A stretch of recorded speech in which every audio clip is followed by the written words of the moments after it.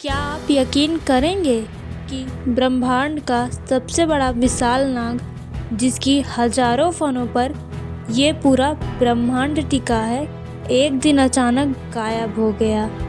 देवता घबरा गए, ऋषि चिंतित हो गए, किसी को समझ नहीं आया आखिर शेष नाग अचानक पृथ्वी से कहाँ विलुप्त हो गए।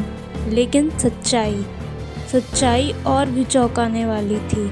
वो गायब नहीं हुए थे, वो धरती पर जन्म ले चुके थे, और वो भी किसी महायुद्ध के लिए नहीं, बल्कि सिर्फ एक व्यक्ति की रक्षा के लिए। कौन था वो? क्यों ब्रह्मांड की सबसे प्राचीन शक्ति एक मनुष्य की ढाल बनकर आई? आज आप वो कहानी सुनने जा रहे हैं जो हजारों सालों से जगत को हिलाती रही है। श्री बलराम की अद्भुत कथा। देवकी के गर्भ में एक दिव्य आत्मा आई। आकाश हिल गया, पृथ्वी कांप उठी।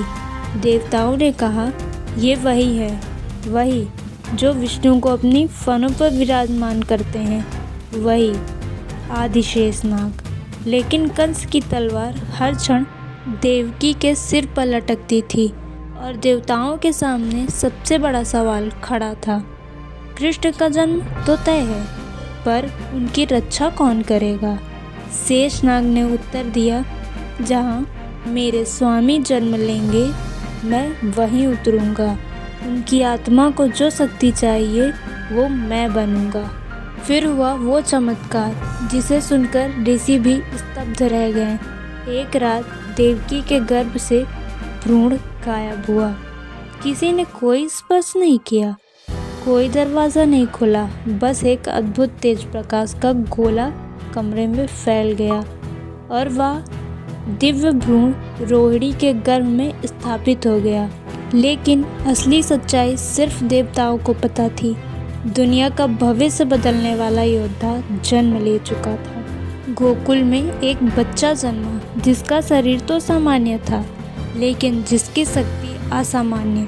कहते हैं नन्हे बलराम ने यमुना नदी का प्रवाह मोड़ दिया था।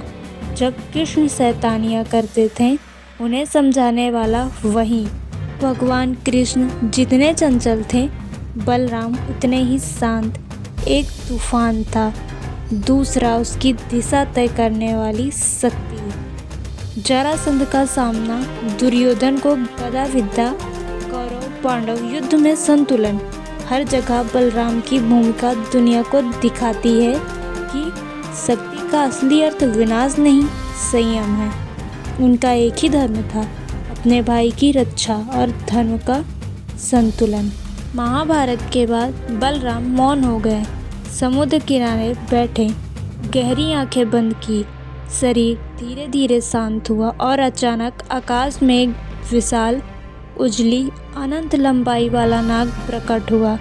लोग समझ गए, शेष नाग वापस लौट आए हैं। उनका मानव रूप धरती से मिट गया है, लेकिन उनका दिव्य प्रकाश आज भी कहता है, शक्ति का उपयोग रक्षा के लिए करो, प्रदर्शन के लिए नहीं। अगर आपको वीडियो पसंद आया हो तो वीडियो को लाइक करें और चैनल को सब्सक्राइब करना ना भूलें।